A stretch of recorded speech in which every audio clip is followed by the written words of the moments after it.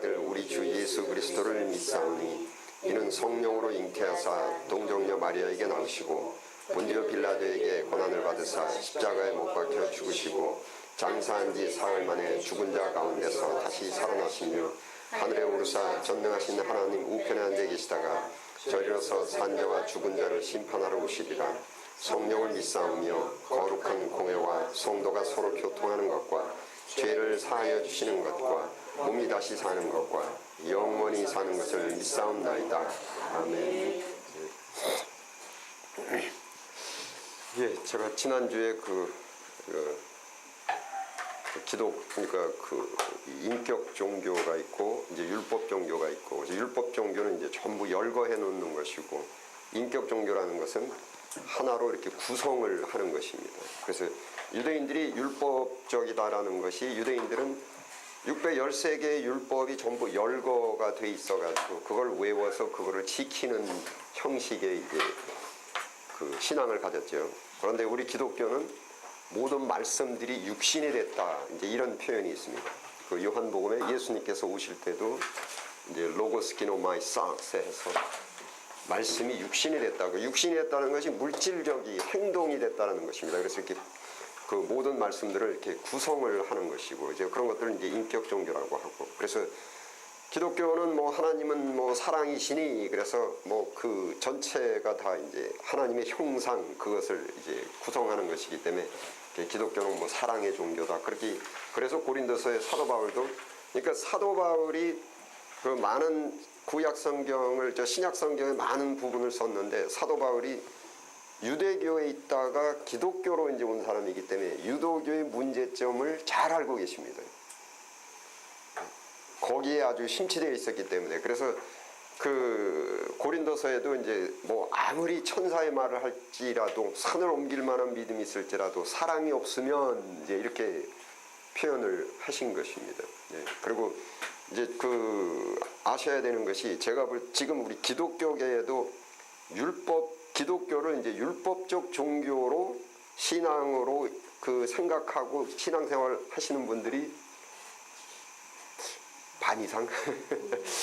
반 이상은 없는 것 같아요. 그래서 소위 뭐 그런 게 있습니다. 그 이제 저분은 뭐 신앙생활 10년, 20년 했는데 조금도 성격이 바뀌질 않는다. 그게 율법 종교입니다. 율법식으로 신앙을 갖고 있으면은, 그러니까 유대인들 율법이라는 것은 거듭남이 없어요.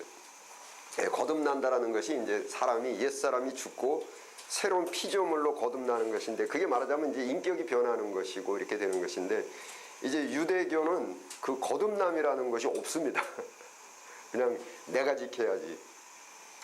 그래서 그 문제가 이제 거기에 있습니다. 그 모든 그 성경 말씀이나 이런 것들을 갖고 이제 감동을 해가지고 거기에 인격적으로 이제 그 사람의 거듭남이 있고, 그게 sanctification, 성화고, 그 유대교는 이제 그런 거 없어요. 이제. 그래서 니고데모도 그 요한복음에 보면 예수님께 와가지고 뭐 당신은 뭐 다니시는데, 그러니까 니고데모 같은 사람도 그때 당시에 이 재판관, 그 율법의 이제 판관 중에 하나였었죠. 근데 이분도 이제 심리를 추정해 보건데, 자기네들이 또 자기도 열심히 하긴 하는데 뭔가는 좀 이상해. 야훼 하나님을 섬긴다고 하는데 뭔가는 좀 이상해가지고 심령 한구석에 좀 가난함도 있고 막 이렇게 돼 있는데, 얘기를 들으니까 그 나사렛에서 왔다는 그 예수라는 그 랍비가 뭐 거듭나야 된다고 하더라고요. 거듭나 그건 또 뭔가 해가지고 이제 낮에 찾아오면 소문나니까 몰래 와가지고 소문 들었는데, 당신은 사람이 거듭난다는 것이 새로 태어난다는 것입니다. 새로 태어난다고 하고 다니는데, 그게 도대체 무슨 뜻이냐, 엄마 뱃속에 들어가 다시 나오는 얘기냐 하니까, 이제 물과 성령으로 거듭나지 아니하면, 이렇게 이제 예수님께서 말씀을 하셔서, 소위 사람이 새롭게 인격적으로 거듭난다, 변하는 것입니다. 전체적으로도 이제 첫째 아담이 둘째 아담으로 되는 것. 율법주의는 첫째 아담이 그냥 율법 613개를 지키려고 하는 것, 그게 이제 율법주의고. 그리고 이제 기독교는 이제 예수님은 이제 둘째 아담으로 거듭나면은 하나님의 나라에 율법이 있을까, 십계명이 있을까 없을까. 그러니까 아담과 하와 창조하시고 십계명이 있었나 없었나. 그러니까 그거는 뭐냐면은 그때는 법 없이도 살 수 있는 사람들이에요. 성격이 하나님의 형상이기 때문에 그냥 마음에서 우러나오는 대로 살아도 십계명이 필요가 없어요. 그러니까 이 법학 이론에서 재밌는 게 있습니다. 그 나라 법을 가서 보면은 그 나라의 문제점과 역사를 알 수가 있다. 그러니까 미국에는 인종차별법이 오래전에 있었거든요. 그 얘기 뭡니까? 예. 그러니까 대한민국에는 인종차별 금지법이 없어요. 전혀 없었어요. 그러면 전부 단일 민족이기 때문에 그 법이 있을 필요가 없는 거예요. 예. 즉 그래서 이제 그 법 심리학에 보면은 십계명은 뭐냐면은 인간의 죄성이 그냥 살인을 하게 돼 있어요. 가만 놔두면. 그리고 간음을 하게 돼 있어요. 그러니까 그냥 그 원래의 본성이 살인하지 않고 간음하지 않으면 그 법이 필요가 없어요. 그래서 십계명이 여기 인간이에요, 인간. 그 십계명에 나와 있는 거 율법, 거기 인간입니다, 그것이. 이게 이제 법 심리학이 이제 이렇게 나와서 그 나라 법을 보면 그 나라 사람들의 그 민족성을 알 수가 있다. 그리고 그 나라 사람들이 과거에 갖고 있었던 문제점을 알 수가 있다. 뭐 이제 이런 것이 있습니다. 그래서 이게 아담과 하와 창조하셨을 때는 십계명이 필요 없었어요. 그래서 하나님의 나라에 가면 이제 그러니까 왜 신학을 또 그쪽으로 추정하시는 분들이 있지 않습니까? 모세는 왜 가나안 땅에 못 들어갔는가? 여러 가지가 있는데 그 중에 하나가 율법적으로 해석할 때 모세는 율법입니다. 율법.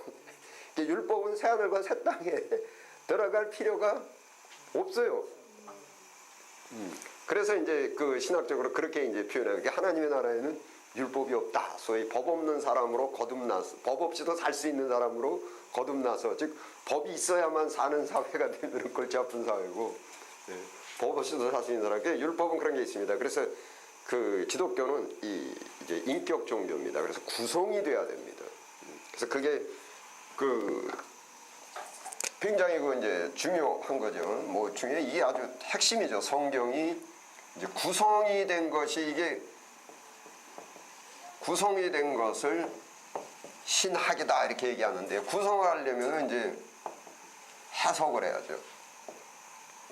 해석해서 구성해서 한 것이 이제 신학. 그런데 여기에는 이제 원칙들이 쭉 있죠. 그 해석하는 데는 뭐 여러 가지 원칙인데 보통 네 가지 원칙인데 뭐 통체성, 절대성, 충분성 이런 식으로 이제 네 가지 원칙이 있는데 그런 것들은 제가 해석학 할 때 더 이제 자세히 말씀을 드리겠습니다. 그래서 가장 중요한 것은 성경에 열거되어 있는 모든 것들을 여러 말로 많이 말씀을 드렸습니다. 열거되어 있는 모든 것들을 잘 해석해서 구성해가지고 하나의 일괄적인 그런 논리를 세워서 일괄적인 것으로 만들어내는 것, 그것이 이제 신학입니다. 그것이 예를 들면 제가 이제 본교에서도 이제 어떤 예를 들었냐면은 제가 쭉 말씀을 드릴게요. 뭐 한국의 대중적인 중국 음식이다. 단무지나 양파를 곁들여 먹으면 더욱 맛있다. 해물이 들어있다. 일반적으로 밀가루로 만든 국수가 들어있다. 음식이 준비되면 속히 먹는 것이 좋다. 시간 지나면 불어서 맛이 없으니까 젓가락을 사용해서 먹는 게 좋다. 곱빼기로 주문할 수도 있다. 먹으면 배고픔을 면할 수도 있다. 쭉 이렇게 열거를 했죠. 율법주의는 뭐냐면은 지금 뭐 생각하셨어요? 짬뽕. 그게 이제 심리인데 짜장면 좋아하시는 분들은 짜장면이 떠올라요. 근데 짬뽕 좋아하시는 분은 짬뽕이 떠올라요. 근데 맨 끝에 뭐가 있냐면 붉은색의 국물이 있다. 짬뽕. 그게 통째성이라고 해가지고 끝까지. 그래서 성경에 한 절이 확 뒤집는 수가 있어요. 구성할 때. 그래서 한 절도 빠지지 않고 전부 다. 그래서 이게 통째성이 전체적으로 이제 해가지고 돼야지. 이게 이제 신앙생활을 이제 편협적으로 하고 주관적으로 하는 것이 몇 개 빼놓고 지금 제가 맨 끝에 붉은색이라는 것을 떼버리고 잊지 않고 그냥 자기 주관대로 이제 구성을 해버려가지고 난 짜장면 좋아해. 짜장면. 난 짬뽕 좋아해. 짬뽕. 그래서 전체가 이렇게 구성이 돼가지고 성경은 굉장히 과학적입니다. 제가 보면은 서로 크로스 체크를 하게 돼 있고 또 잘못 해석했을 때는 두 가지로 문제가 나오는데 하나는 자체 모순이 생기지 않으면 현실성이 떨어져요. 현실성, 즉 현재의 뭐 대한민국, 미국 뭐 어디 다 전체 그 지금 이렇게 현실이 돌아가고 있지 않습니까? 뭐 북한도 있고 막 다 돌아가는데 이게 지금 전체적으로 누가 통치하고 계신 거냐면 지금 하나님께서 통치하고 계시잖아요. 그런데 성경은 하나님의 통치 방법이란 말이에요. 예, 그런데 이걸 잘못 해석하면은 이게 통치하고 있는 그 현실하고 모순이 생겨버린단 말이에요. 그래서 두 가지가 이제 문제가 있는 것입니다. 그 자체 모순이 생기든지 그렇지 않으면 현실성이 없어지든지. 현실성이 없어질 때 어떤 문제가 나오냐면은 기독교 신앙을 일상생활에 갖다 쓰지를 못해요. 그냥 교회한 신앙이 돼버려요. 예, 이게 한국의 이제 그 문제점 중에 하나인데, 그래서 제가 아주 바라고 원하는 것이 그 여러분들께서 좀 이 신앙을 교회에서 갖고 있는 게 가라 저 세상으로 가서 빛과 소금이지. 그래서 이게 일상생활 속에 이렇게 그 할 수 있는 거, 이게 또 목회자의 큰 책무 중에 하나입니다. 전에도 제가 말씀드렸듯이 성경 공부와 설교는 달라야 됩니다. 성경 공부는 성경에 무슨 말씀이 있는가, 그 다음에 설교는 그 말씀이 일상생활에 어떻게 이것을 적용할 것인가. 예. 그래서 그 로고스라는 단어가 있고 레마라는 단어가 있고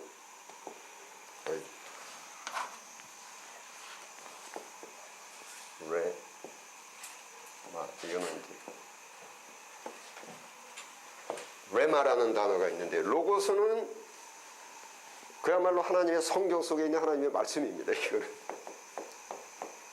그리고 레마라는 것은 이 말씀을 현실적으로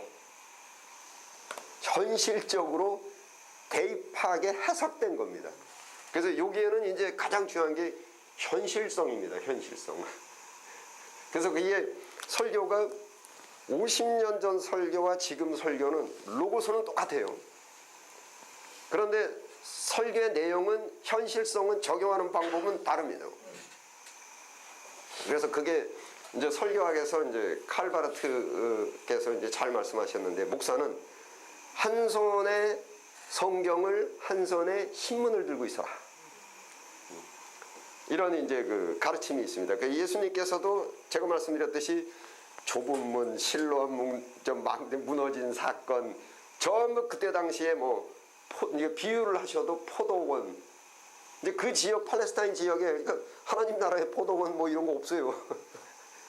그 팔레스타인 지역에 포도원이 많고 또 농사 짓는 사람들이 많아서 말씀하실 때 바로 농부가 밭을 가는데 거기서 보화를 발견했고, 이런 것들이 우리한테는 지금 비현실성을 이제 현실적이지 못하지만 그때 당시에는 굉장히 현실적이었단 말이에요. 그 포도원의 비유도 하고 농사가 많이 나오잖아요. 뭐 밭에 뭐 씨를 뿌렸는데 뭐 밤사이에 가라지가 나가지고 뭐 이런 것들이 다 농사 짓는 사람들이 이제 그 가라지 때문에 골치도 아프고 뭐 여러 개, 그런데 가라지를 못 뽑고 왜 못 뽑냐 하면은 이제 좋은 그 곡식까지 이제 잘못될까봐 이제 그런 심정이나 이런 것들을 그대로 예수님께서 그때 시대로 이렇게 말씀을 하신 겁니다.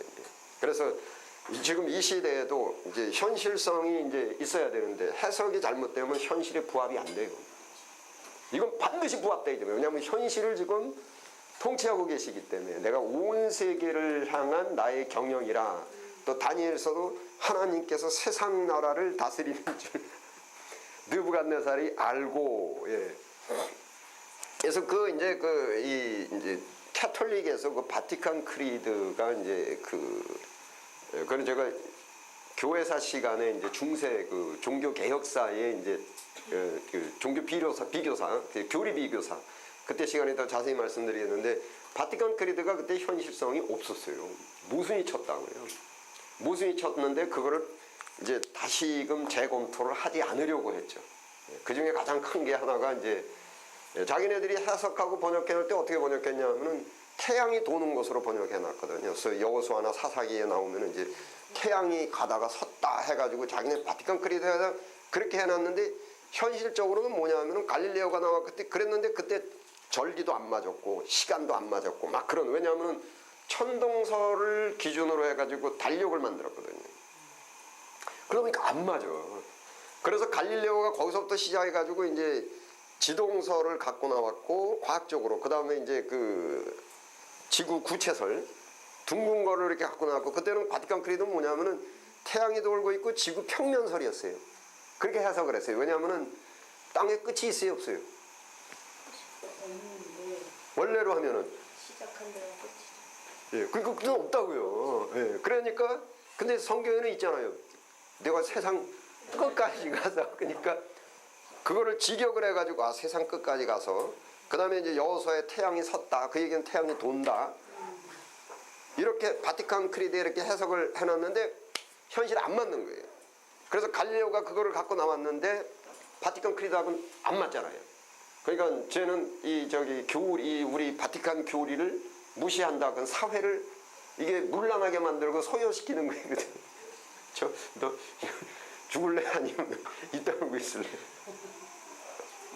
그렇게 이제 그 됐던 것입니다. 그래서 그때 그러면 이제 성경에 왜 하나님께서 태양이 돈다고 하셨고 또 땅끝까지라는 말씀을 하셨고 또 요한복음에 보면은 내가 세계명을 주노니 내 이웃을 내 뭐 근데 알고 보니까 그 세계명이 아니고 그럼 왜 이렇게 말씀하셨나? 그것이 이제 이 레토릭 수사학에서 그 comprehensive input 그래서 이제 눈높이식 교육 그런 게 있습니다.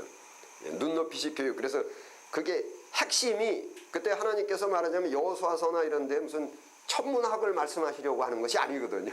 하나님의 능력을 말씀하시는데 그 능력이니까 테마가 해석학 중에서 이제 테마를 잡아내셔야 됩니다. 이제 그렇게 이제 그런데 그 테마를 잡아내는 것이 그 테마가 뭐냐면 하나님의 우주 만물도 하나님의 통치 아래 있다라는 그 전능성이 테마거든요.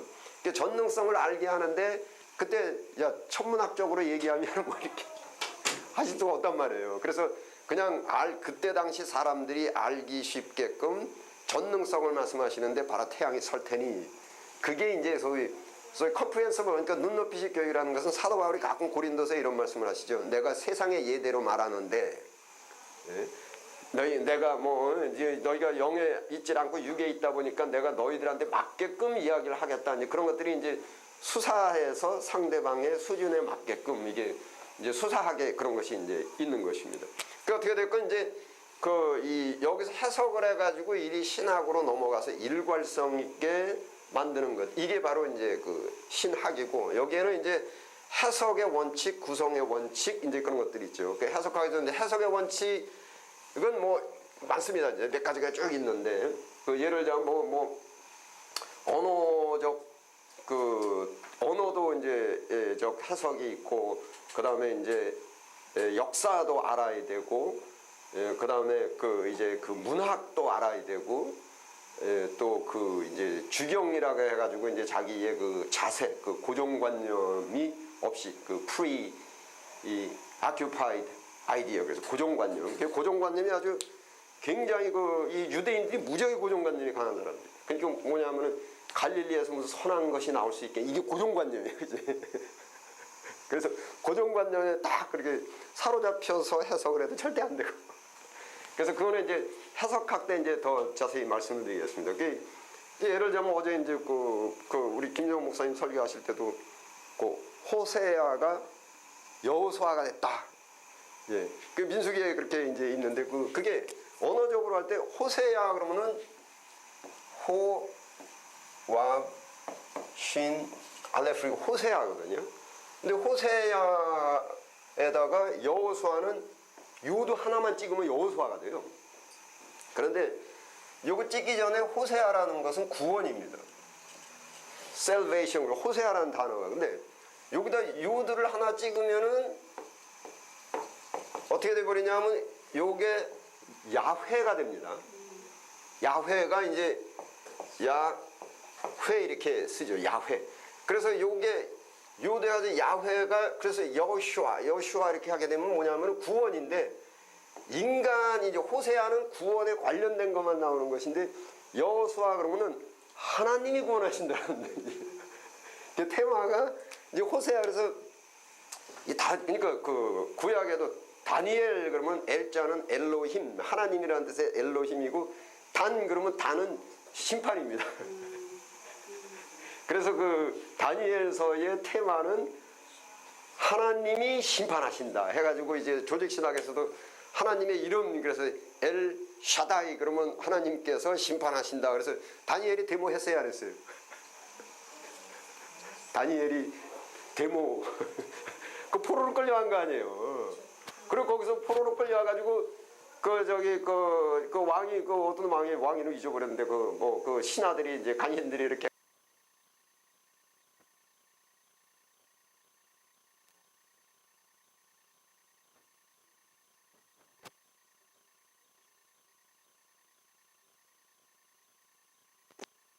이 이방 국가에 우리가 힘을 합쳐가지고 무찌르자 거든 나서질 않았잖아요.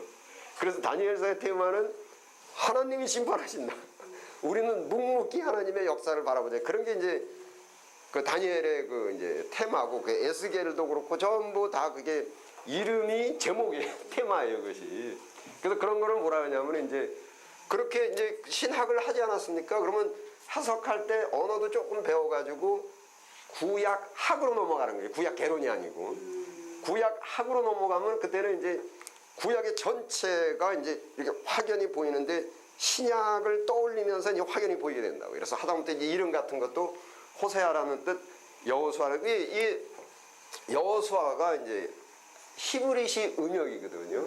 그래서 이게 여호슈아, 그 슈아라는 것이 이제 이게 호세아가 이제 구원이고, 근데 이게 헬라 사람들이 나중에 이제 신약의 언어인 헬라 사람들이 이거를 그냥 음역으로 해가지고, 음역이라는 것은 뭐냐면 우리가 컴퓨터 이렇게 쓰지 않습니까? 근데 영어를 COMPU 컴퓨터 이런 식으로 해가지고 이걸 어떻게 음역을 했냐면 이에수스 이렇게 음역을 한 겁니다. 그래서 사실은 여호수아가 예수라는. 그래서 여호수아서에 나와 있는 그것이 그 예수님의 그림자다. 이제 그렇게 이제 표현을 하는 것입니다. 이름 자체가. 그러니까 그게 뭐냐면 이제 말씀 나와서 잠깐 말씀드리고 여호수아서 한번 보십시오.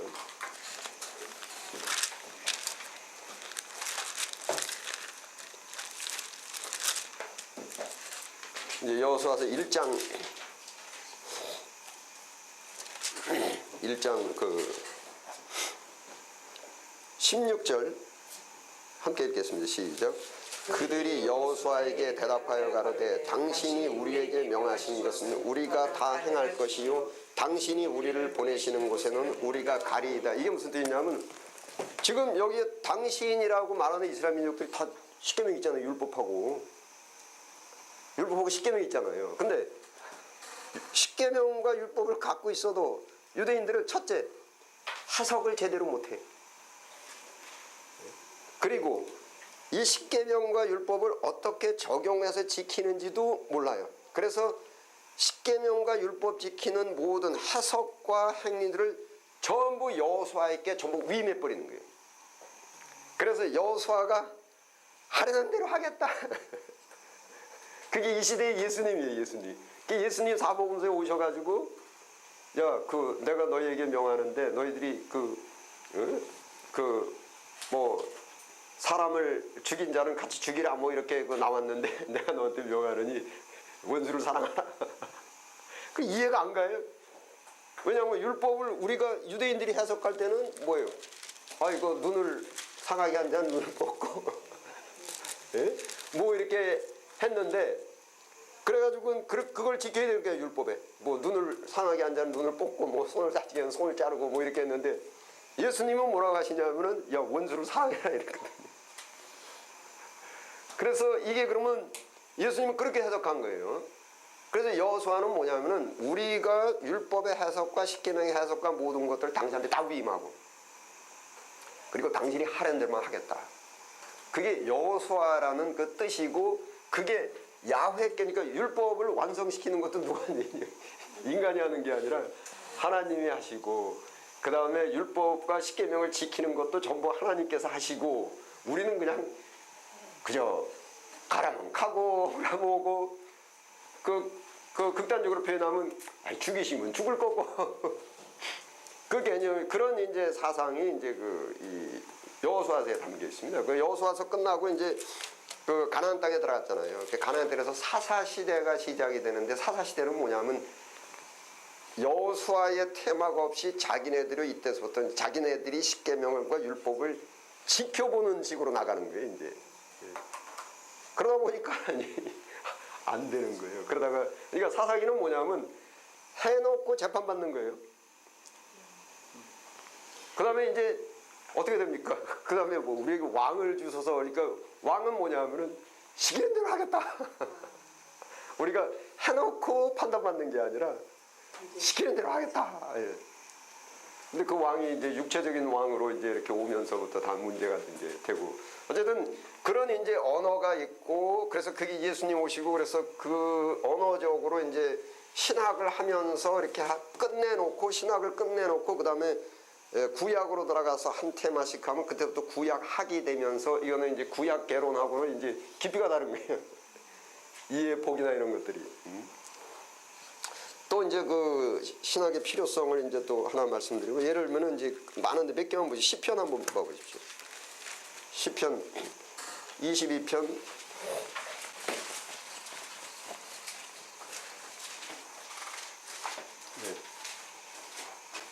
81페이지에 있습니다.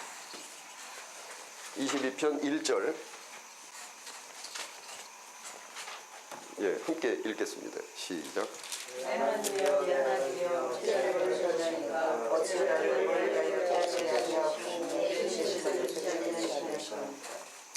이거 많이 듣던 얘기죠. 예, 엘리엘리아마 사왕 잡으세요. 이거 누가 썼냐? 다윗이 썼거든요. 다윗의 절규입니다. 그런데 예수님이 다윗 흉내낸 겁니까? 다윗이 예수님 흉내낸 겁니까? 그럼 그게 논리적으로 다윗이 예수님 흉내를 어떻게 했다는 거지? 다윗과 예수님은 1000년의 차이가 있습니다. 이제 신학에 뭐가 들어와야 되냐면은 삼위일체가 들어와야 돼요. 지금 다윗의 마음속에 뭐가 있습니까? 성령이 있죠. 그게 성령께서 말할 수 없는 탄식이 절규라고 이제. 그러니까 시대적으로 1000년이 시대적으로 하면은 예수님이 캘린더로 하면 후입니다. 그런데 여기서 삼위일체가 뭐냐면 이때 당시에 예수님 계셨어요, 안 계셨어요? 계셨어요. 뭘로 계셨냐면은 영으로 계셨죠. 그래서 실제 이거는 다윗의 입에서 나왔지만은 누구의 절규냐면 그리스도의 절규란 말이에요. 그래서 이런 것들이 이제 신학의 필요성입니다. 그래서 그 신학을 놓고 그 다음에 이제 성경의 그 전체를 그 이제 해석하면은 이제 이게 논리가 한 통판으로 쫙 이제 그 맞아지는 것입니다.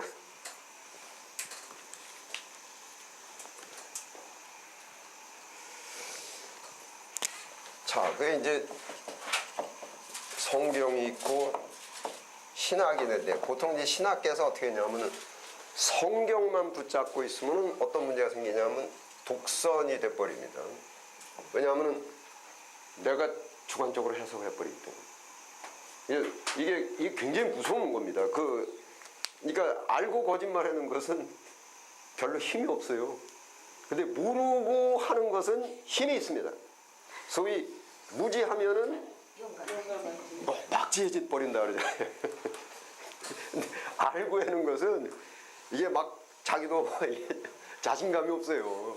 근데 그게 이제 소위 사입이나 뭐 콰시모 사입이나 이단이나 이런 데서 굉장히 힘이 있습니다.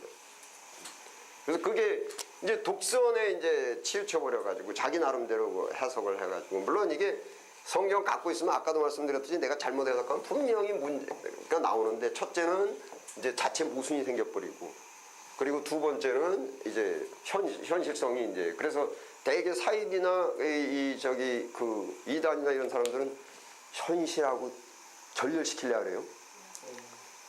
그렇죠? 이렇게 결별시켜버린다. 왜냐하면 현실하고 안 맞아요. 현실하고. 그렇게 하고 이제 그 교회사에서도 이제 그 말키오니즘 해가지고 이제 그 말키오니즘은 이제 그 성경의 많은 부분들을 부인하죠. 그렇지 않으면은 또 성경을 더 가지고 들어오고.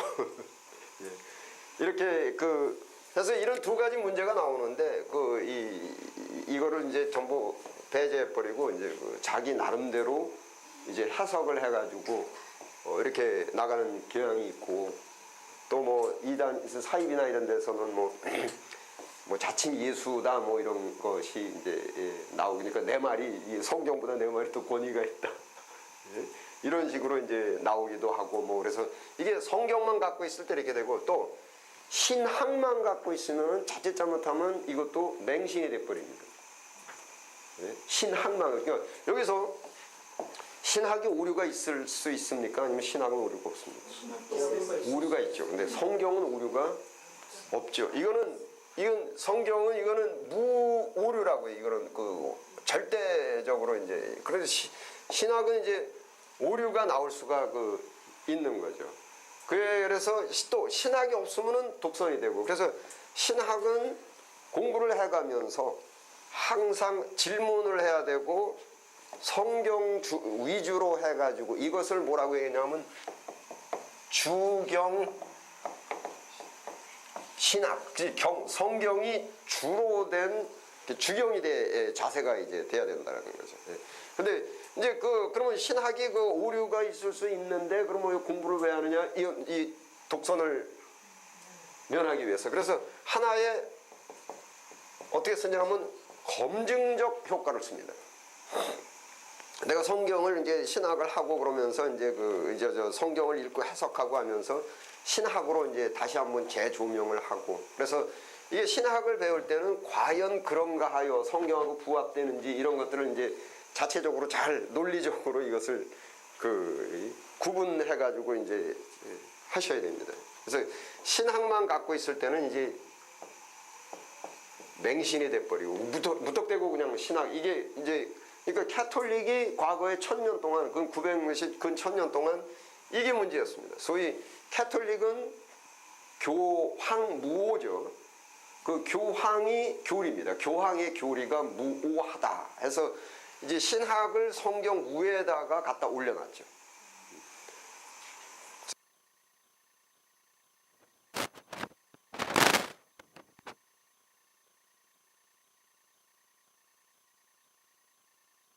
그래서 제가 말씀드렸습니다. 그러니까 예를 들자면은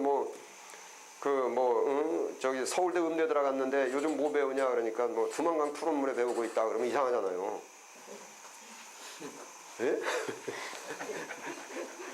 뭐 배우냐 그래 요새 뭐 베토벤 바 핸델 그러면은 그렇겠구나 이해가 되는데 두만강 푸른데 음악인데 음대 가지고 음악 배우는데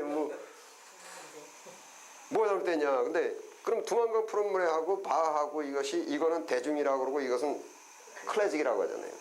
클래식과 대중은 음악에도 굉장히 틀려요. 엄청 틀립니다. 제가 이제 교회 지도자 처치 리더십 할 때의 음악 찬송가에 대해서 이제 말씀드릴 때 더 자세히 말씀드리는데 굉장히 틀려요. 대중가요하고 대중가요라는 것은 뭡니까? 대중의 신금을 흘리는 것이거든요. 대중의. 그래서 이게 소위 음악도 이제 신금이라는 것은 감정적입니다. 우리가 갖고 있는 마음속에 있는 여러 가지 희노애락 이런 감정으로요. 그 다음에 바나 핸델의 클래식은 영적이라고 합니다. 영감을 받았다고 합니다. 그래서 인간이 갖고 있는 인간이 움직일 수 있는 감동을 할 수 있는 것이 이게 우리가 갖고 있는 감정적 감동이 있고 정신적 감동이 있단 말이에요. 근데 클래식은 다 정신적 감동입니다. 굉장히 깊이가 있어요. 근데 대중음악은 그때 시대 요즘 젊은 사람 두만강 푸른물에 부르면은 눈물 흘려요. 예? 고향살이 몇 해든가 아니잖아요. 왜냐하면 그게 그 시대에 맞게 했단 말이에요. 그거를 대중음악 신학도 대중신학이 있고 클래식 신학이 있습니다. 클래식 신학이라는 것은 이제 칼빈 신학이 있고 알미니안 신학이 있고 웨슬리 신학이 있고 그래서 3대 클래식 신학이라고 합니다. 그 다음에 그 외에는 많은 또 대중신학들이 있어요. 소위 민중신학, 대중신학 이렇게 부르는데 그래서 여기 신학을 이제 조직신학 하면서 제가 이제 가장 크게 차이가 나는 게 소위 3대 웨슬리 그러니까 칼빈하고 알미니우스하고 웨슬리하고 세 사람이 성경을 해석하고 구성을 하는 것이 크게 차이가 나는 부분이 어디냐면 구원론입니다. 구원론에서 크게 차이가 나고 그 다음에 또 이제 신학의 차이가 나는 게 어디냐면 이제 종말론입니다. 그리고 다른 것들은 다 일치해요. 해서 제가 이 조직신학 시간에는 이제 구원론에서 이제 세 개를 구분해서 이제 교리 비교를 할 것이고, 그 다음에 이제 종말론에서도 교리 비교를 할 것이고, 그래서 이게 이 3대 클래식 신학을 갖고 내가 성경을 읽고 해석하고 구성하는 것을 검증해 본 것입니다. 예를 들자면은 지금 뭐죠? 세월호 때 구원파가 믿음이 굉장히 좋아요. 나름대로 자기네들이 성경을 해석하고 구성했단 말이에요. 그래서 구원파라는 테마가 나왔는데, 아쉬운 게 그거를 자기네들이 이게 구원이다라고 하는 구원론을 한 번쯤이라도 이 세 개의 클래식 신학하고 비교를 왜 안 하시나 하면은 상이점이 나와요. 그러면은 왜 이 사람들은 성경의 이 부분을 어떻게 해석을 했고 왜 나는 이렇게 구성을 하고 해석했나 하게 되면은 다시금 성경을 재조명해서 오류를 면할 수가 있거든요. 근데 소위 자기네들이 해석한 것들을 구원파도 해석을 지금 어떻게 하냐면 맹신해 버리는 거죠. 그러니까 제가 여쭤볼게요. 구원파에 계신 분들이 구원을 받을 수 있을까? 아니면 없을까요? 여기서 어떤 게 있냐면은 이제 이건 좀 해석하기 얘기가 너무 길어지는데, 성경을 오류로 해석하고 구성했을 때 나오는 결과가 뭐냐면은 아까도 말씀드렸듯이 모순이 나오고 오류가 나오는데, 가장 이제 구원에 관련돼서 큰 거는 하나님의 형상, 인격의 이 변화가 예수님처럼 인격이 만들어지질 않아요. 소위 성경의 모든 것들이 이게 여기 누구에 관한 기록입니까? 예수님이잖아요. 근데 이게 제대로 해석하고 이렇게 됐을 때야, 그러니까 예수님의 마음, 감동이 있는 거거든요. 거기에 그 말씀에 이제 감동이 있어. 감동이 이게 영혼 속에 이제 우리 영적으로 이렇게 들어가가지고서 만들어주는데, 이게 예수님의 말씀으로 해가지고 예수님께서 만들어진단 말이에요. 근데 그게 해석의 오류가 나오고 구성의 오류가 나오면은 인성이 예수님처럼 안 만들어져요. 그러면은 그 면으로 볼 때 이제 구원론인데, 구원에는 뭐냐면은 가장 큰 게 맨 클라이막스가, 내가 이제 예배도 드리고 성경 말씀도 이해하고 다 해가지고 회개도 하고 다 하면서 맨 끝부분에 일하는 게 그리스도와의 연합입니다. 연합이 돼가지고 내가 예수님처럼 되고 예수님한테 연합이 돼야 되는데, 이게 오류 해석이 되고 구성이 되면 연합이 안 이루어져. 이게 하나의 동질이 안 돼버려요. 동질이 돼야 되는데, 소위 호모이우시아 해가지고 동질화가 돼가지고 연합이 이루어지는데 잘못. 그래서 그 논리, 그 신학의 논리로 하면은 구원이 없다. 그러니까 구원의 완성은 연합이에요. 그 연합이라는 거를 사복음서에 어떻게 해석을 했냐면 신랑 신부 이렇게 해석을 했죠. 그러면 좀 연합이라는 개념이 신랑 신부로 예를 들면 이해가 되잖아요. 우리 인간이. 연합이 뭐냐, 연합이. 야, 신랑 신부. 예.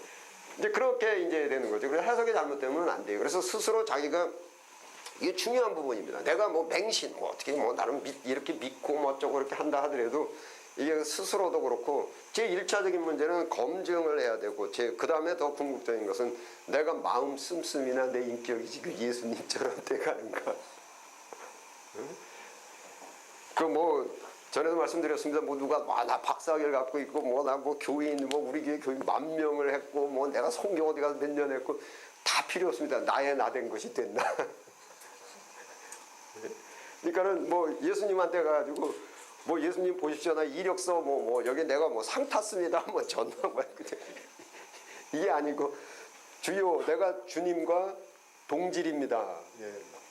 나의 나된 것은 이제 그게 나와야 되는 것이거든요. 그 나의 나된 것이 만들어지기 위해서는 이게 올바로 해석되고, 그리고 이제 성경 해석학에 몇 가지가 있는데, 그 중에 기독교는 기독교적 해석학 그래가지고 모든 성경의 해석과 결론과 이것은 예수님으로 귀결돼야 된다. 이게 기독교예요. 또 전에 말씀드렸죠. 개미가 사람에 대해서 알려면은 이론적으로 어떻게 돼야 되냐 하면은 사람이 돼야 되잖아요. 더 쉽게 말씀드리면 50대 넘어가 딸 앉혀놓고 어떻게 하면 엄마의 심정을 알릴 수 있습니까? 하다 나중에 너도 이 다음에 시집가서 너하고 똑같은 딸 하나 나와라. 그러니까 예수님이 야 답답하다. 너 나와 같은 형상으로 변해야. 그래서 개미가 사람을 알려면은 이론적으로 사람처럼 돼야 되는데 사람이 신을 그러니까 제가 개미하고 사람하고 차이와 사람과 하나님과의 차이가 어떤 게 더 큽니까? 사람하고 뭐 같지. 개미가 뭐 그나마라도 개미와 사람의 차이는 유한합니다. 그러나 인간과 하나님의 차이는 무한합니다. 이게 감각적으로는 좀 하더라도 이게 지금 이론적으로 하면 이렇습니다. 그러면 개미가 사람을 알려면 이론적으로 사람처럼 돼봐야 되는 것처럼 사람이 하나님을 아는 것은 하나님처럼 자꾸 변하는 만큼 아는 겁니다. 그래서 사도 바울도 고린서 어디에 항상 말씀하시는 게 그와 같은 형상으로 변하여 우리가 예수님처럼 화하여 로마서에도 그 뭐라고 하셨는지 마다들의 형상을 담게 하기 위해서 그래서 이게 내가 나 신학 좀 알아 그러면 그 사람이 예수님처럼 됐다라는 이야기입니다. 그럼 내가 잘못 알고 있는지 잘하는지 그 저기 뭐 여기 목사님들 앉아 계셔서 제가 그 여쭤보면은 평신도가 목사를 판단하고 분별할 수 있습니까 없습니까? 하죠. 네. 그 하나님의 그러면 뜻이 분별해야 되는 겁니까? 분별하지 말아야 돼요. 분별하는 건 아니지만 사람들은 그렇게 하고 있고. 요한계시록 한번 보십시다. 예. 요한계시록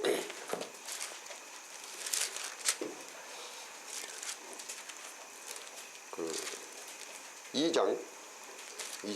네, 2장 2절 400페이지 있습니다. 네, 함께 읽겠습니다. 시작. 에베소 교회의 사자에게 자신이 사도로 하기에 많은 자들을 시험하여 그의 거짓된 것을 내가 드러낸 것과 이거 칭찬받는 거예요 지금 교인들한테 이걸 사도를 목사라고 이렇게 분별하게 돼 있어요. 그러니까는 뭐 한간에 떠돈 소문에 평신도 목사 주의종을 분별하고 판단하면 절대 안 된다는 건 꼭 어디서 나온 말인지 모르겠어요. 분별은 해야 된다는 얘기죠. 분별은. 그 여기서 거짓 사도를 것을 내가 드러낸 것과 그래서 결국은 그걸 칭찬하는 겁니다. 이거는 그 에베소 교회가 칭찬받은 게 그래서 그러면은 보세요. 이거 어떻게 분별을 할 것인가? 지금 이 시대에 여기다 적용했을 때 평신도가 신학을 알아요. 뭘 알아요? 그 목사의 힘이 그렇지. 그 목사의 그 뭐 행동이라는 것도 육체의 연습 연다 얼마나 할 수 있어요. 폼 얼마나 할 수 있어요. 이제 유대인들 폼 다 잡았어요. 자기들하고 안 맞으면 그것이 이제 뭐 고린도서에도 그리스도의 향기라는 말이 있고 그 사람의 이제 인격이나 인성이나 여러 가지가 과연 예수님을 닮았느냐. 지금 사도다 그러면 보내심을 받은 자인데 누구한테 보내심 받아야 예수님한테 보내심. 그 목회자가 지금 하는 것도 예수님이 말씀을 전해요. 그럼 예수님이 말씀 전하는 건데 안다라는 것인데 알면은 개미가 사람을 안다라는 것이 사람처럼 됐다라는 얘기인데 그럼 누가 안다고 하게 되면 자기가 그 예수님을 안다 그러면 예수님처럼 닮아가도 뭐 닮는 것이 뭐 10%가 닮았든 15%가 닮았든 하더라도 그 그리스도의 향기가 나와야 되거든요. 그게 사도 바울이 나의 나된 것은 에이미 이렇게 해가지고서 내가 나된 것은 이렇게 그 표현한 것입니다. 그래서 그 목회자고 누구고 뭐 다 뭐 우리 자신이 그렇습니다. 과연 내가 예수님을 닮아가는가 내 마음 씀씀이 이런 것들이 그 이게 뭐 공적이 아닙니다. 메리토리즘 공적이 아니고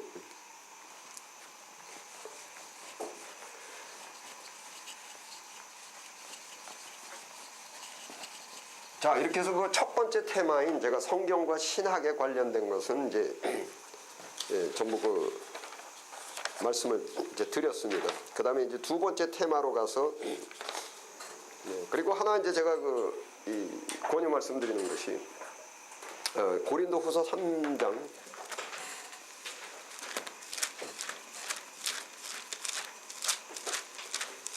고린도후서 3장 그 289페이지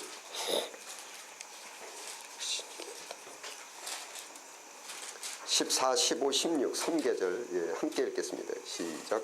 그러나 저희 마음이 완고하여 오늘까지라도 구약을 읽을 때에 그 수문이 오히려 벗어지지 아니하고 있으니 그 수문은 그리스도 안에서 벗어질 것이라. 오늘까지 모세의 글을 읽을 때 수문이 오히려 그 마음을 떠나는 거다. 그러나 우리들이 주께로 가면 그 수문이 벗어지리라. 예, 구약을 읽을 때에는 이게 구약이 어려워요. 그리고 자칫하면은 오류적 해석을 본의 아니게 할 수 있는 부분들이 굉장히 많습니다. 뭐 분명히 써 있어요. 뭐 천번제라는 것도 써 있고 얼마나 많이 써 있습니다. 그런데 이게 구약을 읽을 때 너희 마음이 완고하여 수곤을 쓰는 것 같다. 이게 성경 이제 해석에서 이 성경의 전체적으로 이제 구도가 어떻게 되어 있냐면은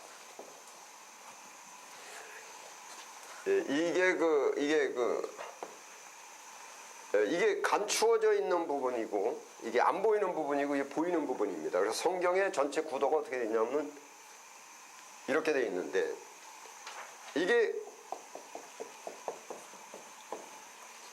구약입니다. 구약에도 이게 모세오경 굉장히 깊이 감춰져 있습니다. 즉 예를 들자면은 구약 모세오경에 부활이라는 것이 글씨로도 안 나와 있어요. 그렇죠. 부활이라는 것이 안 나와 있어요. 근데 엄청 깊이 모세오경에 깊이 감추어져 있는데 감추어져 있는 그거를 아브라함은 추론해냈죠. 그랬는데 쭉 세월이 흘러가면서 그 다음에 열왕 시대에 들어가가지고 열왕 이 시대에 이제 솔로몬 다윗 사울 다윗 솔로몬 시대에 가가지고 그 부활이라는 것이 어떻게 됐냐면은 그 에스겔 처음 보십시다.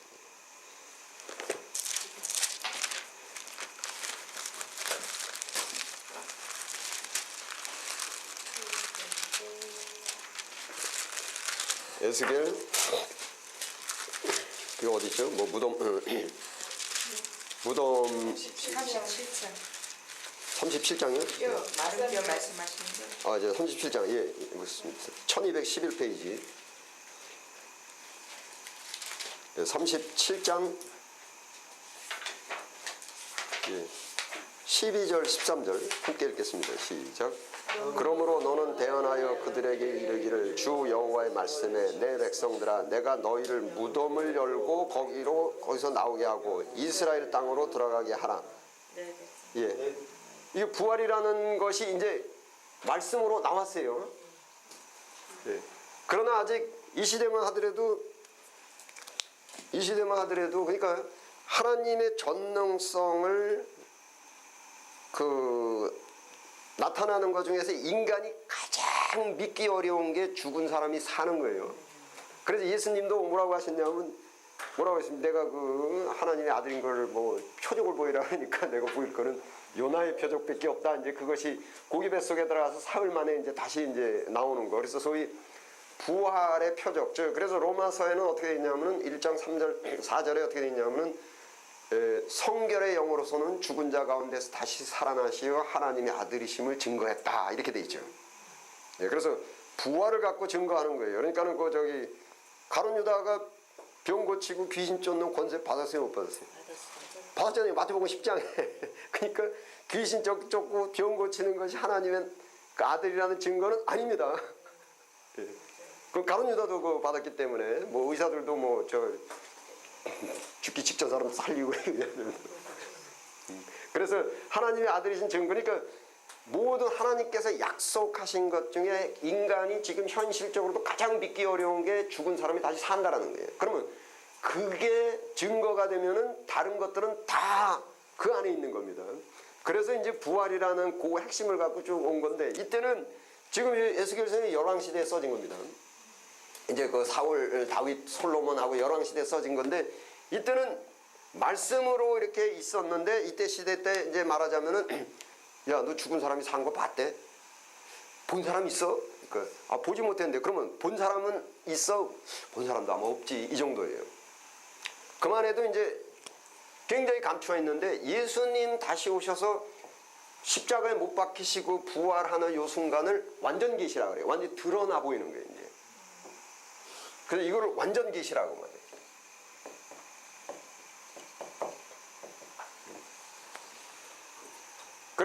그리고 이거를 뭐 이제 그 부활의 이거를 하나님께서 약속하신 거, 그게 예수님이 소위 이제 뭐라고 하냐면 하나님의 약속의 증거예요. 그 요한계시록 1장 한번 보십시다, 이제.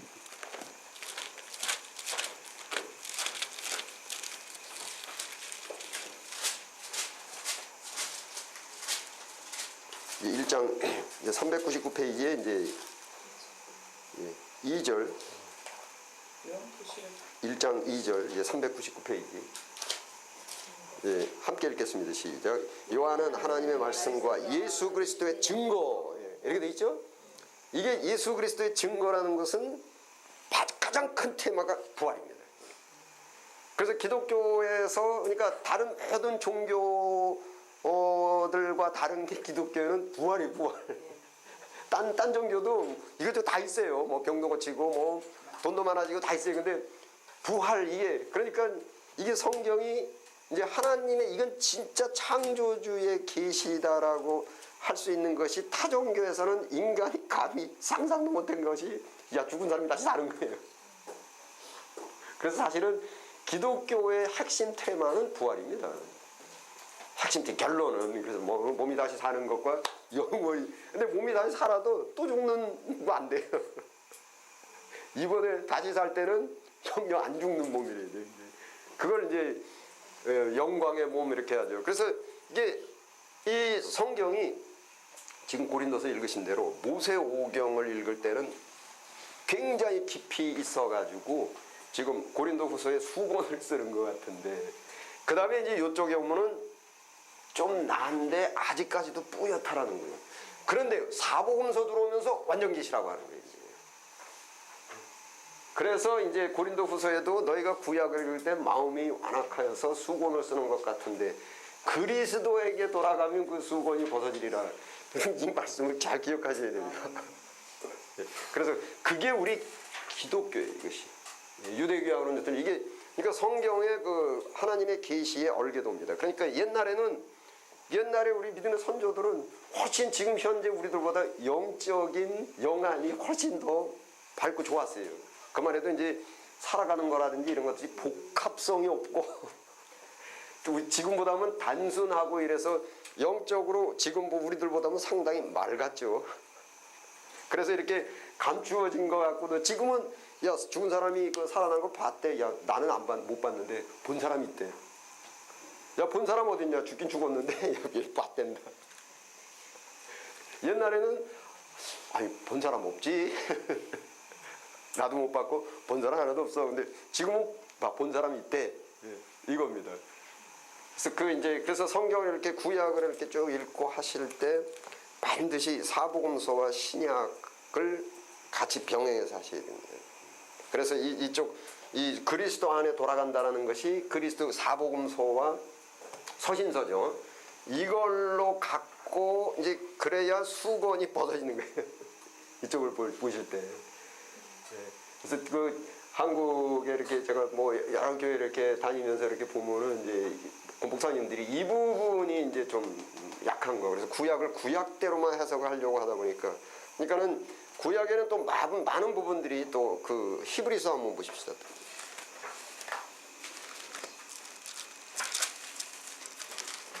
7장 12절 359페이지 7장 12절 359페이지 함께 읽겠습니다. 시작. 제사직분이 번역하여 율법도 반드시 번역하니. 예, 명심하십시오.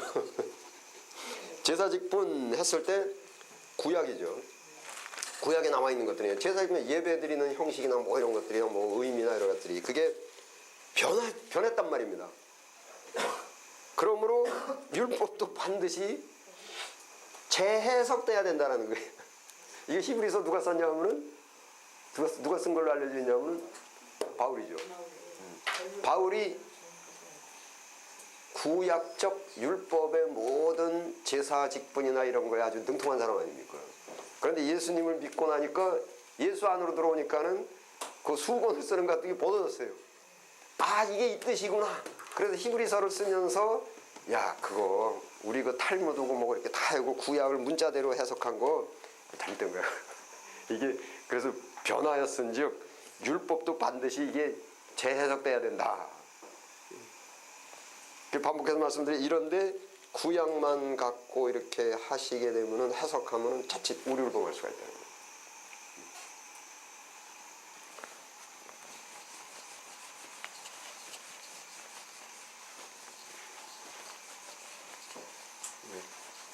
잠깐 쉬었다 하겠습니다.